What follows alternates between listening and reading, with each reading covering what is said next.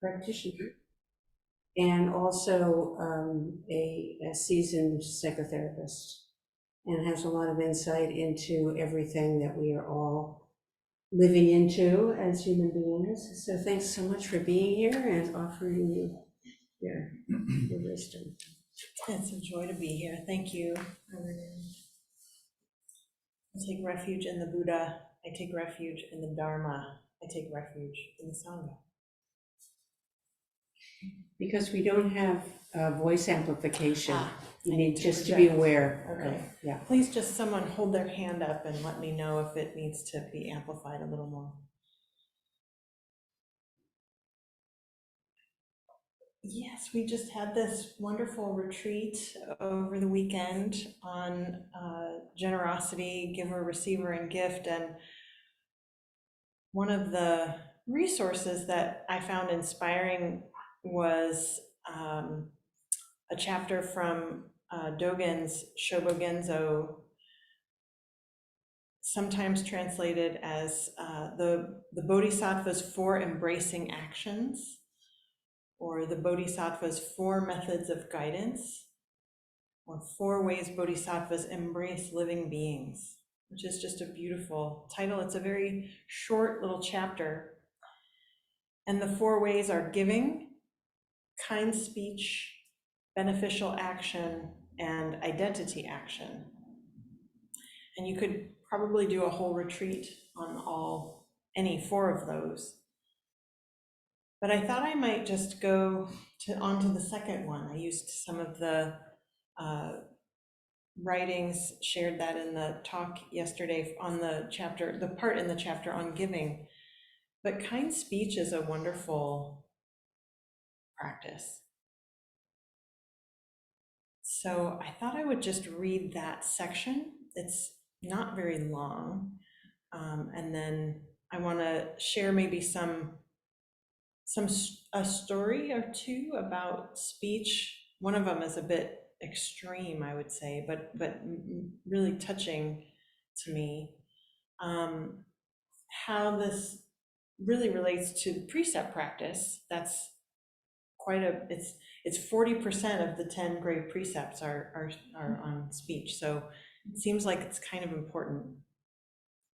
And then I have a particular practice that I personally use around right speech that I'm going to invite you to join me in if you choose.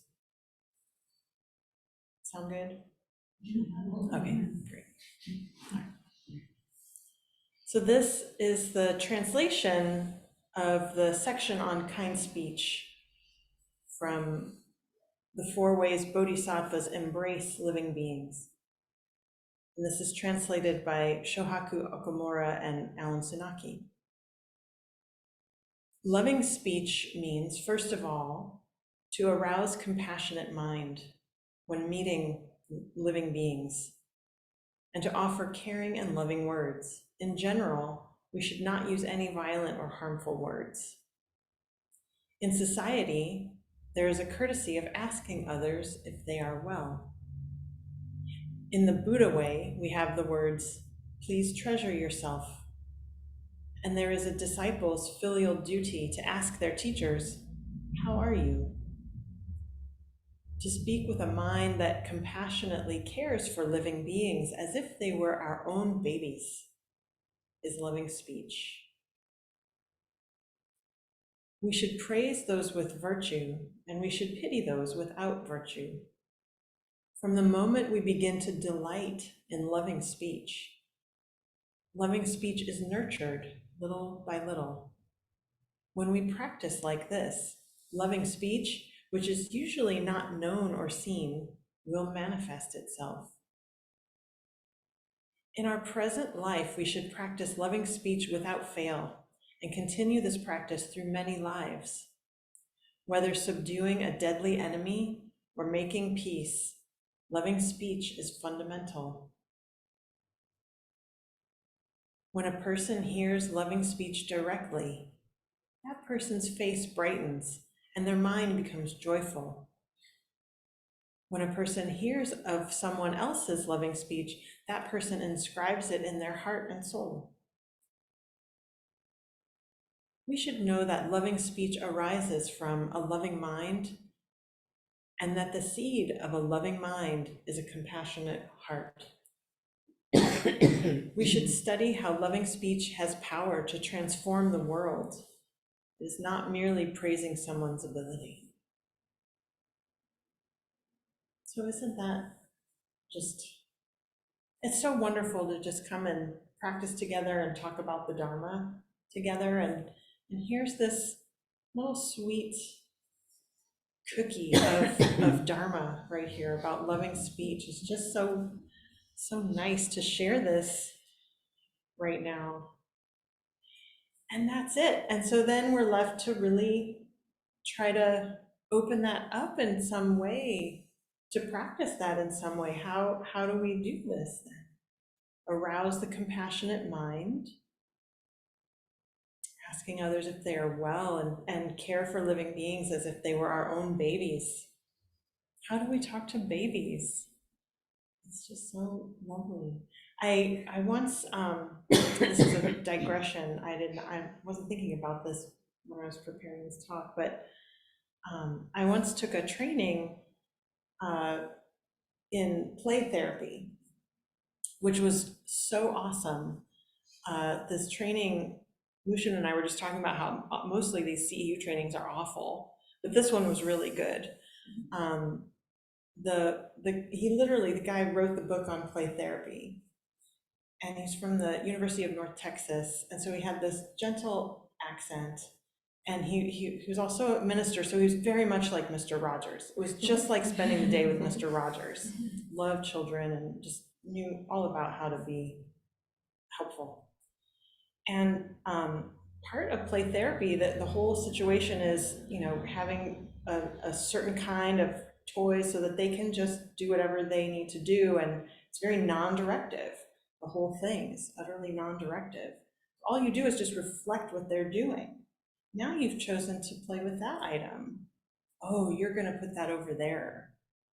You decided to use that color, right? It's just that kind of attention that children just flourish when we give them that kind of attention.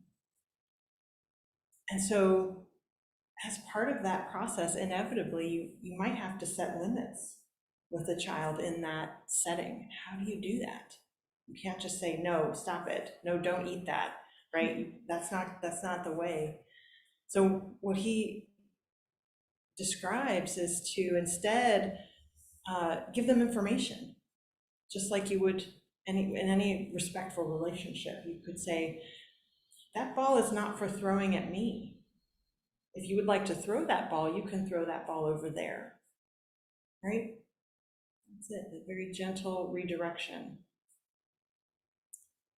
So how, that, of course, there are times when we may need to be a little more assertive, but indeed, how are there ways that we can bring that kind of care to our conversations? And it felt so good to just learn that skill. Just here's a skill that in fact can be employed with adults and is no less respectful.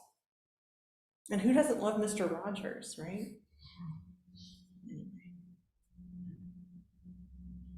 Praising those with virtue and delighting in loving speech. I mean, this is kind of part of that. When we're able to do this, when we have a way to do this. And then loving speech arises from a loving mind, and that the seed of a loving mind is a compassionate heart. So I want to maybe unpack all those things. That might be a little bit too big of an idea here. But I do think that this compassionate mind, compassionate heart, loving mind and compassionate heart, what is that about? Compassion arises when we encounter suffering, sort of natural wish for the well-being of someone or something that is suffering. And the fundamental relationship of compassion with wisdom also. Can we see also with a wisdom mind and a very large and open and spacious, infinite heart that really just sees the flow of everything, that doesn't lock somebody into my idea of who they are or what they're going to say or what they mean, or some some semblance of a self here that I'm defending or is being offended. I think that also is a big part of having a compassionate heart and bringing that loving speech arises from that view.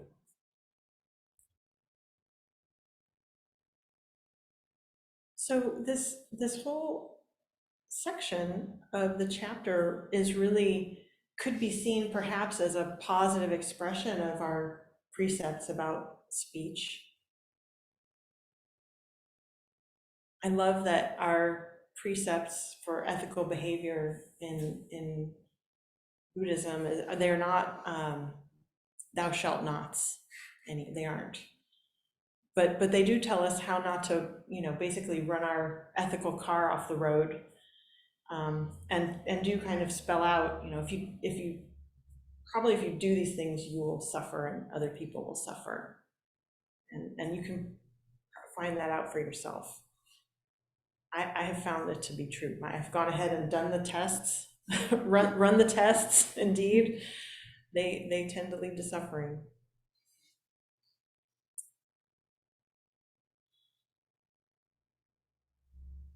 So I guess I will share this story, this kind of extreme story that is inspiring to me about speech in some ways. It's about, there's other precepts in here. But I was moved when I, for whatever reason today, ran across it again. I'm not sure how I even ran across it again today. But the story is about someone's last words that they spoke before they died. And those words were, tell everyone on this train I love them. Does anyone know what that story's about? Yeah. Yeah. Those were the last words of Taliesin Namkai Mesh, who, along with another man named Rick Best, were fatally stabbed after they were intervening on a MAX train in Portland.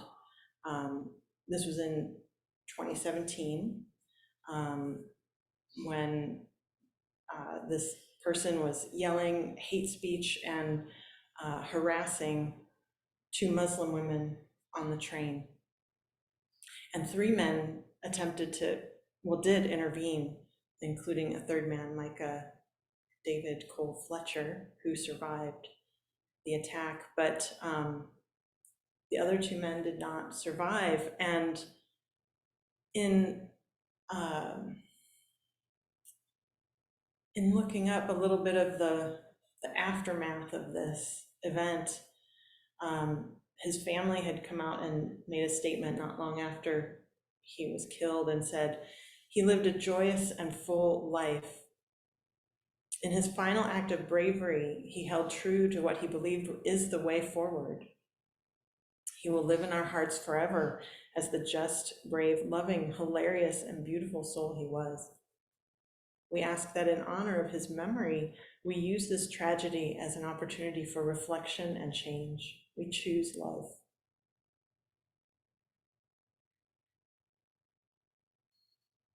So there was a woman on that train car who basically held him as he died, put her shirt on his wound to try to stem the bleeding, and just stayed with him. And she told his mother what his last words were. Tell everyone on this train I love them.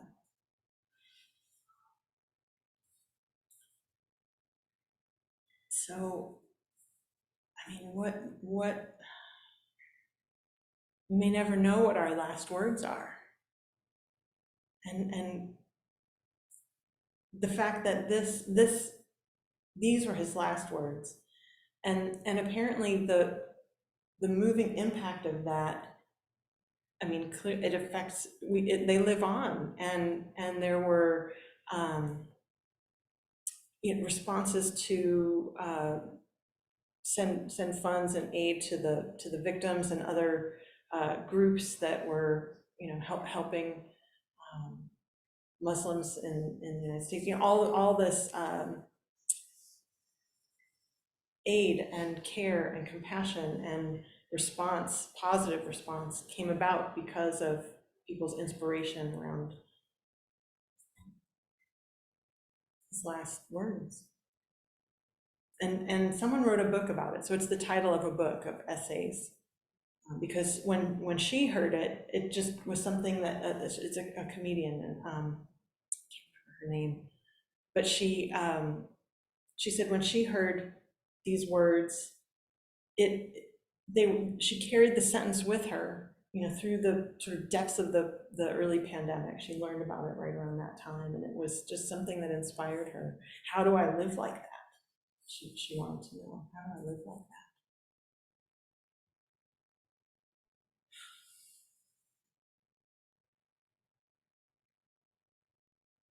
So there's this section in the book, Living Beautifully with Uncertainty and Change, by Dharma teacher Pema Chodron. And she wrote about the precepts this way. The point in keeping the precepts is that you're getting at something deeper. At the level of everyday behavior, refraining from killing, lying, stealing, and so on is called outer renunciation, sort of keeping to the list. On the outer level, you follow the rules. And we can see the benefit of that. Clearly the amount of pain and suffering that are caused by those kinds of violent actions, not just the violent words, but they were preceded by the violent words too. It matters. I told a story at the retreat too about just the benefits of non-stealing and how I left my purse somewhere and it was behind the counter when I was able to get it again, or they tucked it away for me, and how much suffering that saved, just this non-killing, non-lying, non-stealing. So she says, but the outer renunciation puts you in touch with what's happening inside. Refraining from harmful speech and action is outer renunciation. Choosing not to escape the underlying feelings is inner renunciation. The precepts are a device to put us in touch with the underlying uneasiness, the fundamental dynamic quality of being alive. Fundamental, dynamic, underlying uneasiness for sure. Working with this feeling and the neurosis, or maybe difficult feelings it triggers, is inner renunciation. So this is the real work. This is the behind the scenes. What is really going on? What was going on with me before I said that thing that I now regret? So for most of us, we're not out there spewing hate speech or brandishing weapons, but because most of the precepts are about speech, that tends to be a place that we can all probably use some, look under the rug and maybe cleaning up under there a little bit. I always do. It's amazing to me. So for me, it's like I tend to get in touch with my own righteousness and my own wish to be right, wish to be important, wish to look good, to be helpful. Did I mention being right? Often really, or, in the matter of gossip, bonding or feeling closer to someone else when we're, triangulating, right? Like that's a whole thing, isn't it? And so, wow, how do we not do that? Even in some simple interaction, just like being in line at the post office, you just want to be like, oh my God, they're so slow, huh? Right. And then you've got a buddy over here, like you and me against the post office. Wow. And that's just not, what a cheap way to connect with someone. We could probably do better.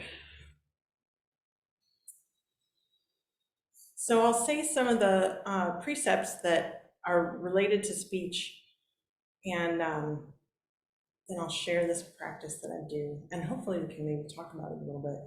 I vow not to lie, but to speak the truth. I vow not to gossip about others' faults, but to be understanding and sympathetic. I vow not to praise myself by criticizing others, but to overcome my own shortcomings. I vow not to speak ill of the three treasures, that's Buddha, Dharma, Sangha, but to cherish and uphold them. So those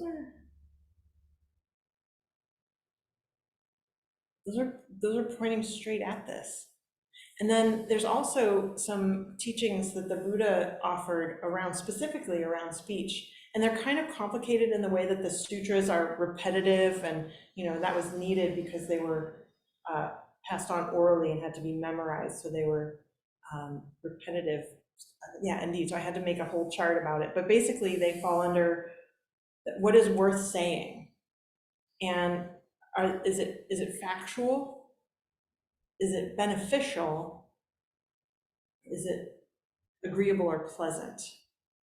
And so basically the whole sutra is about any and all of the combinations of those three things. And pretty much if it's not beneficial, don't say it. If it's not factual, don't say it. What if it's factual, beneficial, agreeable? Yeah, but say it at the right time. What if it's factual, beneficial, and not agreeable, not pleasant? Still say it at the right time.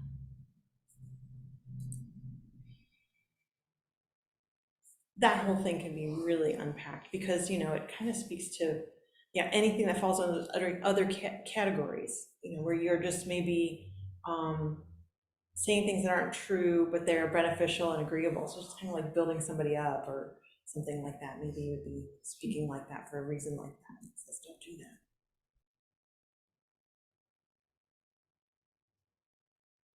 Is it true? Is it beneficial? Is it useful? Is it kind? That's another way that people sometimes, do we have the three filters basically on our speech? But again, it doesn't have to be pleasant. There are truths that can be told that are beneficial, that are not easy or fun to hear. And if you have a really good Zen teacher, you're probably going to hear some of those in your relationship, that there can be some difficult truths. Or maybe you have a good friend who is going to tell you some hard truths. That's a really good friend if you have one of those. Okay, so I want to share with you this practice. How are we doing on time? Great. Okay, doing great. All right, I love that. We're doing this. So this is a practice that I accidentally took up because I didn't read the whole thing carefully. And it must have been 10 years ago. And I have still not been successful at it. And so I just have really I've stopped doing it and restarted it again and stopped doing it and restarted again. And finally, this is my permanent practice, basically. And it's called the 21-day no complaining challenge. Yes. Oh, a shudder goes through the room. So this was created by a minister in Kansas City. I'm not sure what I think the research on habit change, there was something about the research on habit change that it takes 3 weeks or 21 days to really change a habit. So that's kind of where he got it. And I think, guess what? In spiritual communities, there's complaining and gossiping, hard to believe, but it is. There's people in them. So I think he was trying to offer something to his spiritual community. And so what he did was encourage people to take up this challenge, not to complain. And so, but there's actually, it's a fourfold, there's four kinds of speech that he's recommending people avoid. So he defines complaining as speech with a negative feeling tone. It's not neutral. And it's not about problem solving.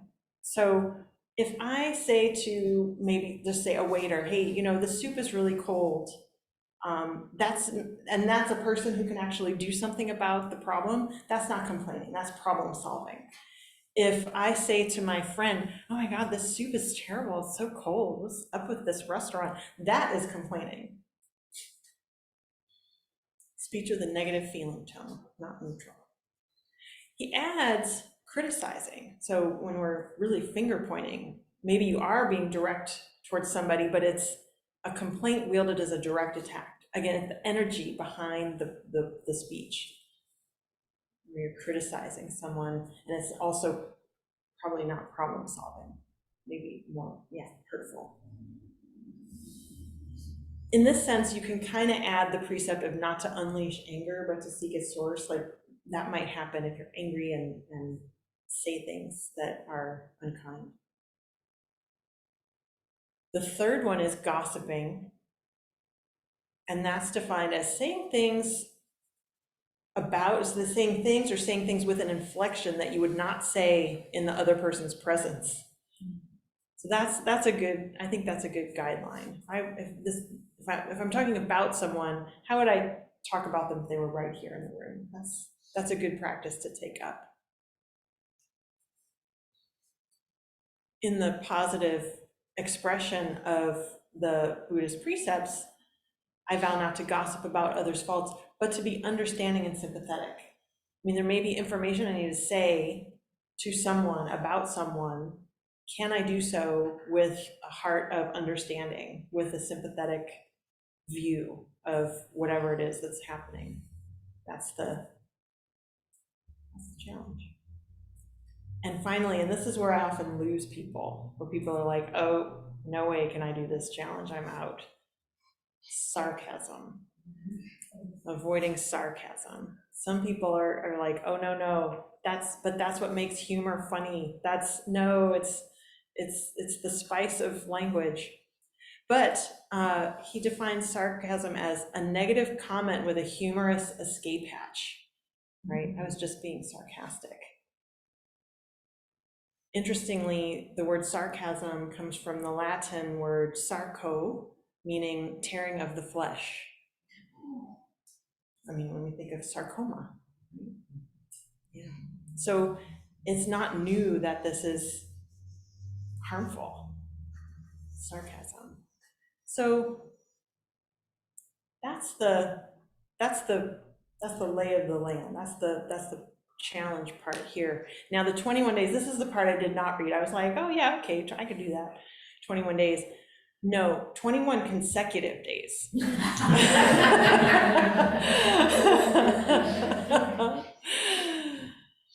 If you do it, it's day one again, day one.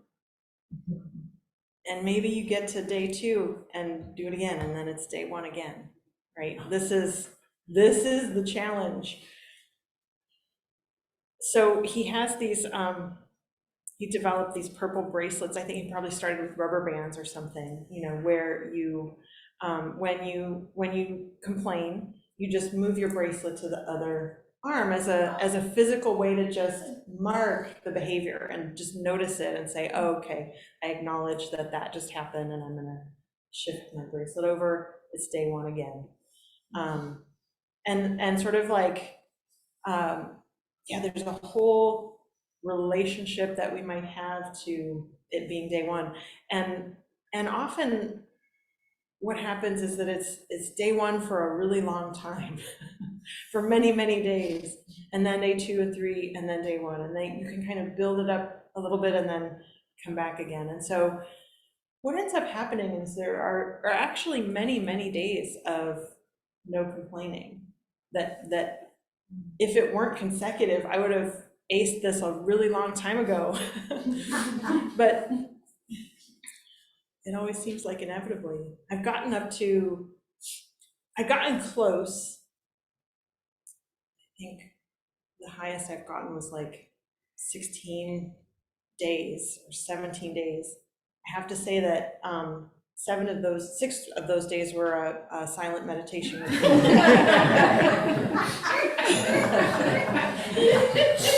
It counts. You can complain on a silent meditation retreat. I have also done that in Sanzen. So it's not like you can't complain, it counts. And one time I was tasked with teaching, so I really got clear on why we are silent. One of the many reasons why we are silent in retreat. And I was doing some outdoor practice at the monastery, like on the grounds.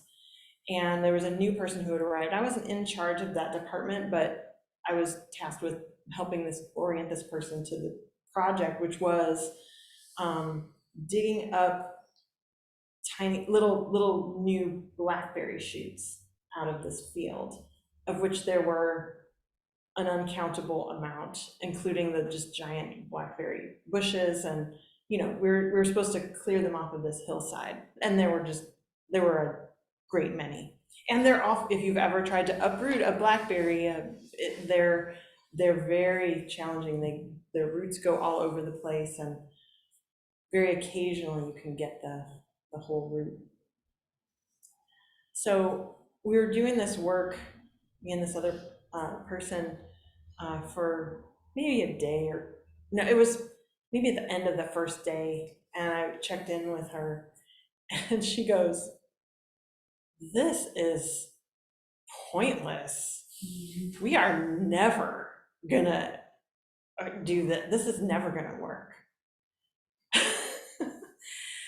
And it just, here I am in the openness of a retreat, and just those words were so heavy. And I noticed that it took like a couple days for me to even just digest that, because it was just such a huge bummer. And I was so disheartened, just her whole despair about the whole project.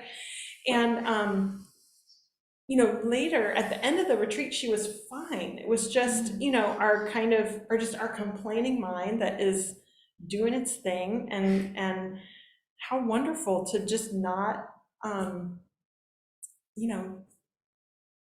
let that out on other people sometimes. So I find it just a worthwhile and endless practice for myself. Maybe someday I'll get to 21 consecutive days. I kind of don't really count anymore, though. So if I do, I might not even know it. And that might even be the best thing to ever happen, So the other thing that I really appreciate about the precepts, it's not in our translation of them that we use. I think it's the one about speaking the truth. Not to lie, but to speak the truth. I can't remember if it's not to gossip. It might be that one. But Zen Mountain Monastery uses their positive expression. I think it's about gossip. It's about to see the perfection. About to see the perfection. And that, I think, is that is the truth. That is the truth, when we can see the perfection in all things and all beings, and speak from there, see from there, and connect with people from there.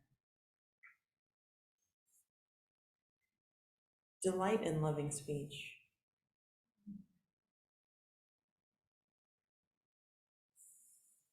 That's enough. Yeah. Thank you all for your kind attention. Page 5.